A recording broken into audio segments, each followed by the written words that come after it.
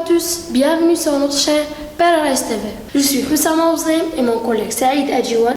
Merci. Qui va nous accompagner dans cette vidéo, au cours de laquelle nous allons vous présenter une expérience scientifique dans le domaine de la géologie. Les roches sédimentaires représentent plus de 90% de la surface terrestre. Mais quel est le processus de la formation de ces roches sédimentaires? Pour mettre en évidence ce processus, on va réaliser la manipulation suivante. On a des matériaux rocheux de différentes tailles. Le sable, le gravier et l'argile. Mais quelle est l'origine de ces éléments rocheux? Ce sont des éléments issus de la désagrégation et l'érosion des roches préexistantes et transportés par des facteurs de transport comme le vent, les courants d'eau jusqu'aux lieux plus ou moins éloignés. On place ces éléments dans une éprouvette.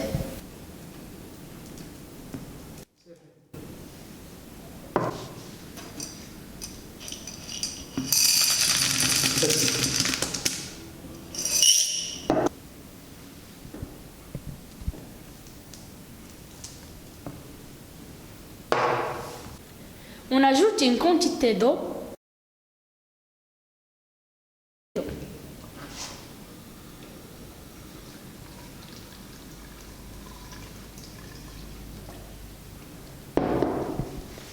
On agite le mélange.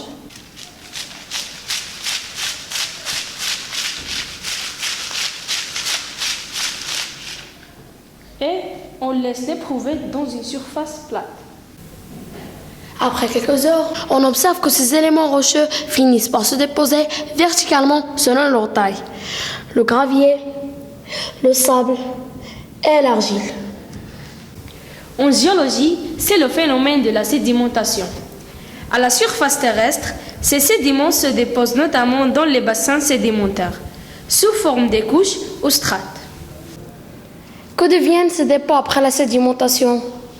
Ces sédiments s'accumulent sous l'effet de la pression et la cimentation. Ces éléments rocheux se compactent et se collent entre eux et se transforment progressivement en roches sédimentaires. En géologie, ces transformations s'appellent la diagenèse. Après l'affleurement ou bien le retour de ces roches en surface, ils vont subir le même processus. Et comme conclusion, la formation de roches sédimentaires se passe par la succession des phénomènes géologiques.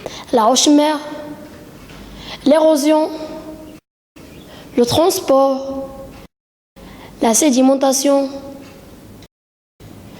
la diagenèse, la roche sédimentaire et après l'affleurement, la roche-mère et ainsi de suite. Et voilà, notre expérience est terminée. Merci pour votre attention. À très bientôt.